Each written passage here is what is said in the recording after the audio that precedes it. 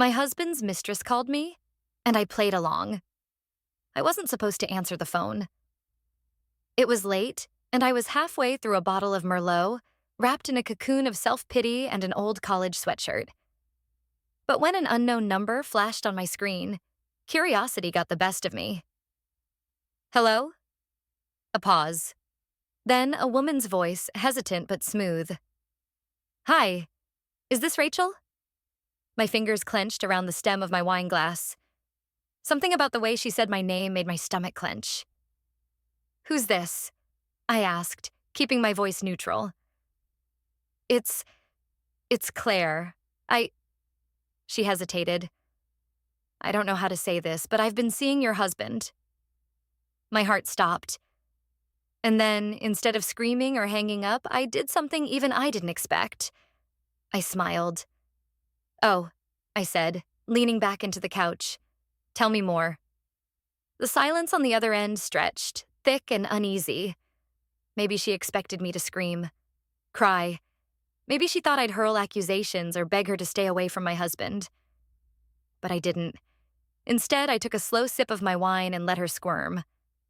Are you still there? Claire finally asked, her voice laced with uncertainty. I am, I said smoothly.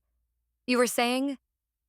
I didn't expect you to react like this, she stammered.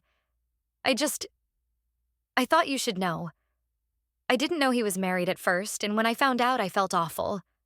But I care about him, and I needed to talk to you. How sweet. The mistress had a conscience. I swirled my glass, watching the deep red liquid stain the sides. You care about him?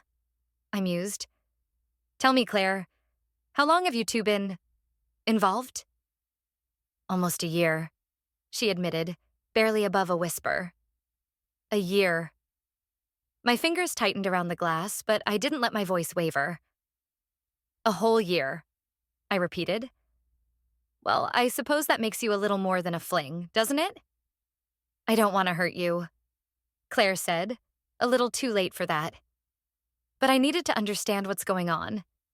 He keeps saying he's going to leave you, but he never does. Ah, there it was. The cliché. And you believed him? I asked, tilting my head. Claire exhaled shakily. I don't know anymore. That's why I called. I need to know the truth. The truth? I let out a soft, humorless laugh. All right, Claire. You want the truth? Then let's play a little game. She hesitated. A game? Yes. You tell me what he's told you about me, and I'll tell you if it's true. I could almost hear her swallow. Okay. I leaned forward, a slow, satisfied smile creeping onto my lips. Let's begin. Okay, Claire said, her voice trembling slightly. He told me, he hasn't been happy in your marriage for years. I chuckled, swirling my wine. Of course he did. Let me guess. He told you he stays with me out of guilt? Maybe even for the kids? Yes, she admitted quickly. He said he doesn't want to hurt you, but he feels trapped, that you two barely even talk anymore. I leaned back against the couch, tapping my fingers against the stem of my glass. Claire, let me ask you something, I said. Has he ever taken you to our lake house? She hesitated. Number he said he didn't want to bring me somewhere that held so many memories. Interesting, I mused, because we were just there last month, celebrating our anniversary. The silence on her end was deafening. What about Paris? I continued. Did he ever mention our trip? Paris, she repeated, sounding dazed. He said he's never been, that he's always wanted to go. I laughed, but there was no humor in it.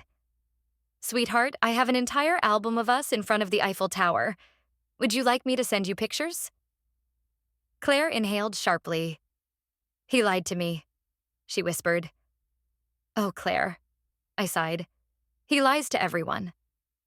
Her breathing grew uneven, as if she were processing everything in real time. I don't understand. Why would he tell me all those things? I sighed, feigning sympathy. Because men like my husband, they love control. They love having options. And they tell women like you exactly what you want to hear. Silence. Then a broken whisper. I feel so stupid.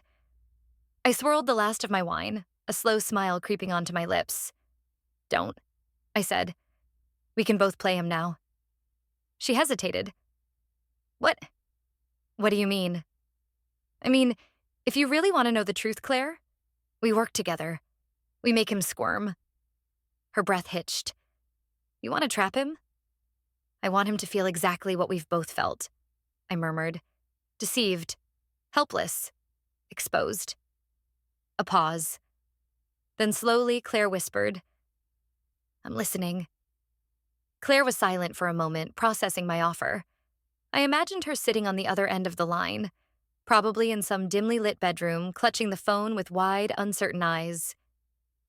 You really want to do this? She finally asked.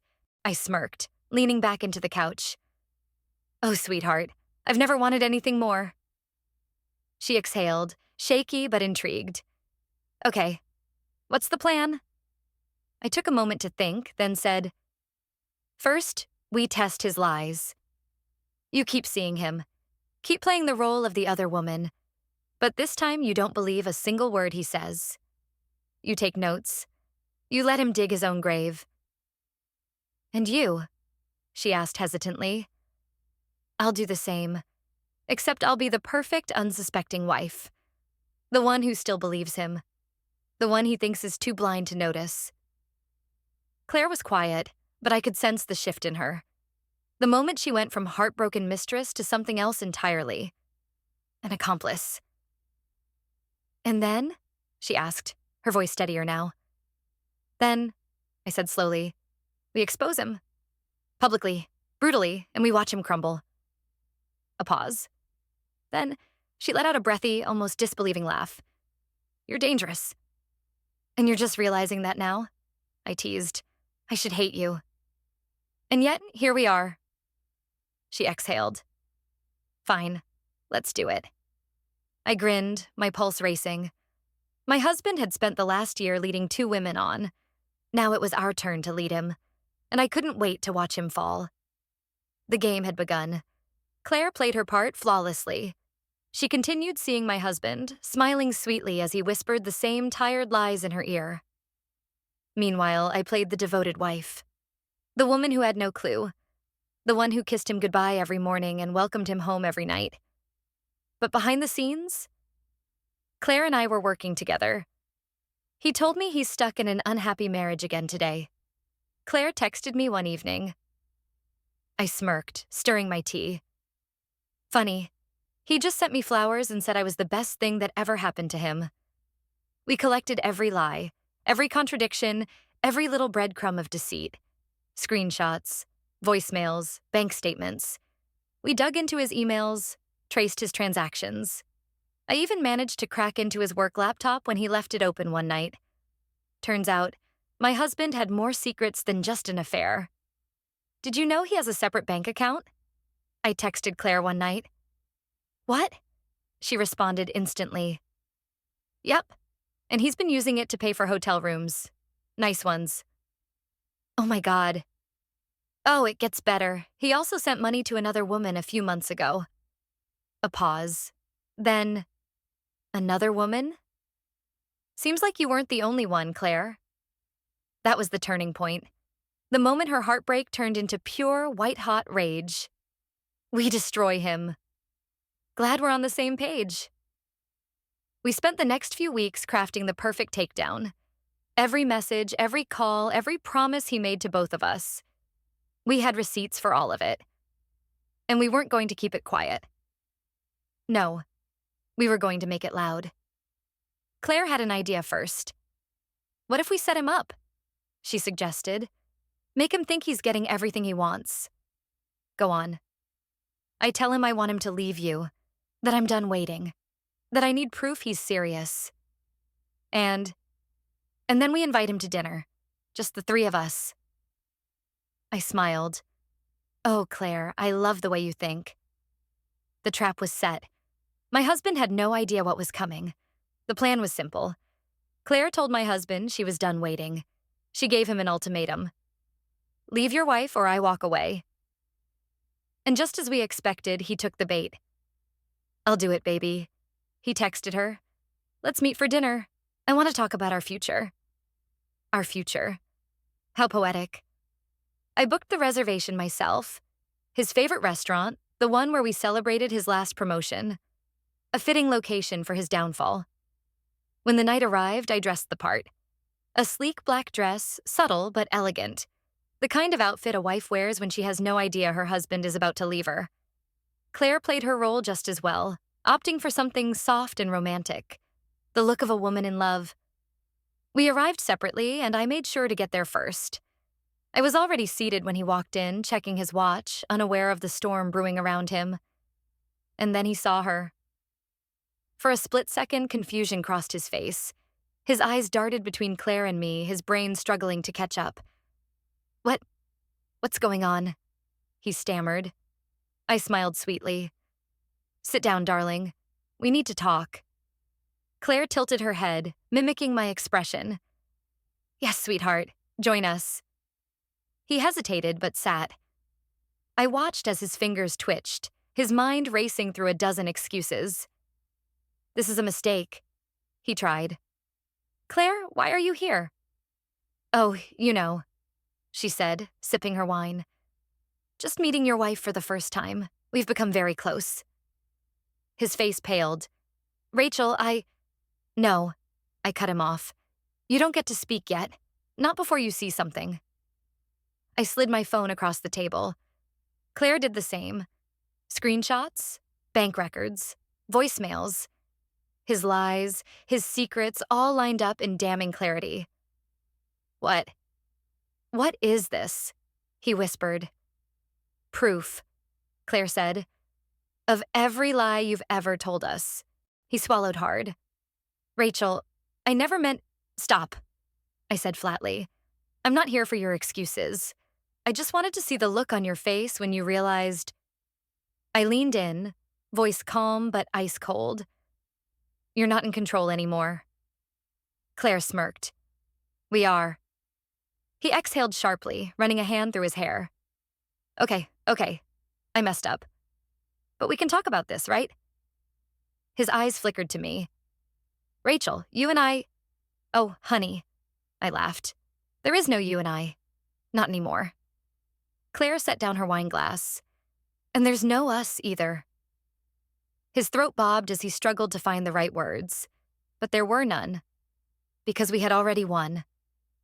I stood up first, smoothing my dress. Claire followed. We didn't yell. We didn't cause a scene. We simply gathered our things and walked out, leaving him drowning in the mess he created. And as we stepped into the cool night air, Claire let out a slow, satisfied sigh. That felt good. I smiled. Didn't it? We weren't just two women scorned. We were two women free. And for the first time in a long time, I felt alive. A week had passed since the dinner. A week since Claire and I left my husband sitting alone in that restaurant, his perfect little world crumbling around him. I expected chaos in the aftermath. Rage, desperate apologies, maybe even pathetic attempts to win me back. Instead, silence. No texts, no calls, nothing. Claire and I kept in touch, checking in with each other, but even she hadn't heard from him. It was odd. A man like my husband didn't just disappear after losing control. Then one morning, I got a message from an unknown number. Unknown. Check your email. My stomach twisted as I opened my inbox. A single message sat at the top, subject line blank. The sender? My husband. I hesitated before clicking it open. Inside was a single attachment. A forwarded email chain. One from his boss. My breath caught in my throat as I read the subject. Notice of termination, misuse of company funds. Oh. I scrolled down, my eyes skimming over the words.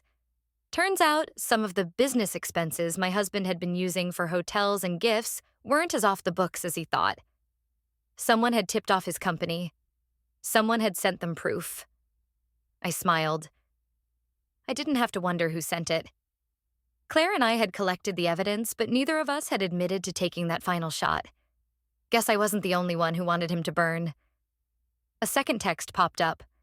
Unknown. I lost everything because of you. I stared at the screen, tilting my head. Then I typed back a single response. Me. No, darling. You lost everything because of yourself. I blocked the number before he could reply. And just like that, I was free. Claire and I met for drinks that night. We clinked glasses, watching the city lights flicker around us, and laughed at how the mighty had fallen. So, Claire said, smirking, what's next for us? I sipped my wine, feeling lighter than I had in years. Anything we want? And this time, no man would ever get in our way again. I thought it was over. I thought I had won. But I should have known. Men like my husband don't just disappear. It started small. A strange feeling, like I was being watched. Cars I didn't recognize parked near my street. Anonymous calls that hung up the second I answered. Claire noticed it too. I swear, Rachel, I saw someone outside my apartment last night. She told me over the phone. Standing by the streetlight, just watching. A chill ran down my spine. Then came the email. A single message in my inbox, no sender name, no subject. Just 2 words. Guess who? My heart pounded. I clicked on it, half expecting another pathetic attempt at blaming me for his downfall. Instead, there was an attachment. A video. I hesitated, then pressed play. It was security footage. Grainy. Dark.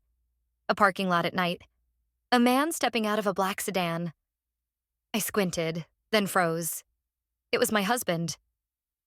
He walked toward another car, a sleek, unfamiliar sports car. He glanced over his shoulder before slipping something under the windshield wiper. A note. I felt sick. Who did the car belong to? Claire? Me? Someone else? My phone rang. Claire. Rachel, she breathed, panic in her voice. I just found something under my windshield. A letter. My blood ran cold. Don't open it. I already did. Her voice shook. It's a picture of us. From that night, leaving the restaurant. My stomach twisted. Rachel, I don't think he's done with us. The game wasn't over. Not yet. I should have known my husband wouldn't go down without a fight.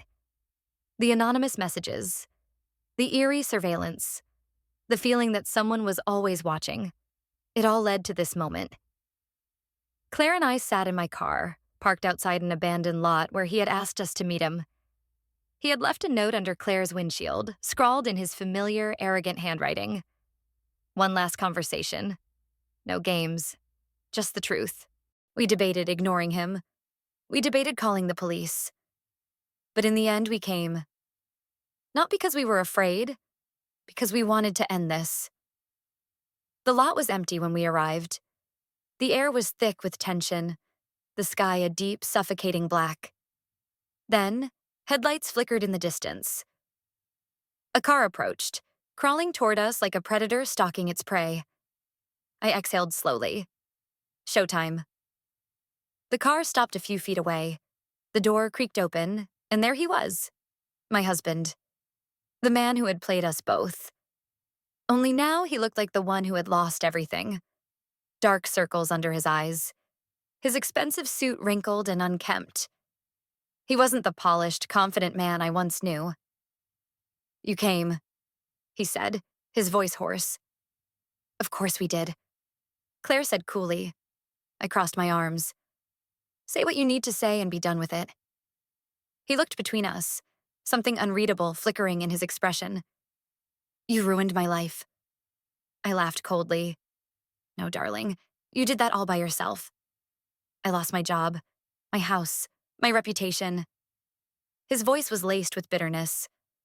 All because you couldn't just let me be happy. Claire scoffed. Happy? You lied to us, used us. And when we turned the game around on you, we're the villains? His jaw clenched. You don't understand. Oh, we understand perfectly, I interrupted. You wanted control. You wanted us to fight over you, to cry over you. But instead, we won. And you hate that, don't you? He took a step forward, eyes dark with rage. You think you've won? His voice was low, threatening. This isn't over. Claire and I exchanged a glance. Then, without a word, I reached into my coat pocket and pulled out my phone. Actually, it is. His eyes flickered to the screen, recording. Every word, every threat. His face paled. You know, Claire said, stepping closer, your former boss really enjoyed the last batch of evidence we sent over. I wonder how he'd feel about this recording. Or maybe the police would like to hear it, I added, considering you've been stalking us. His hands clenched into fists. You wouldn't? I smiled. Try me. For the first time since this all started, he looked afraid. He wasn't in control anymore. We were, and he knew it. The silence stretched between us, thick and suffocating. Then finally, he exhaled sharply, shaking his head. You two deserve each other. He spat before turning and storming back to his car. We watched as he peeled out of the lot, disappearing into the night. Claire let out a slow breath. Do you think he's really gone? I stared at the empty road, the echoes of his rage lingering in the air. It doesn't matter, I said, because if he ever comes back, we'll be ready. She smirked. Damn right we will. And with that, we got into the car, side by side. Two women once fooled, now victorious. And as we drove off, leaving the past behind us, I knew one thing for certain. We were finally free.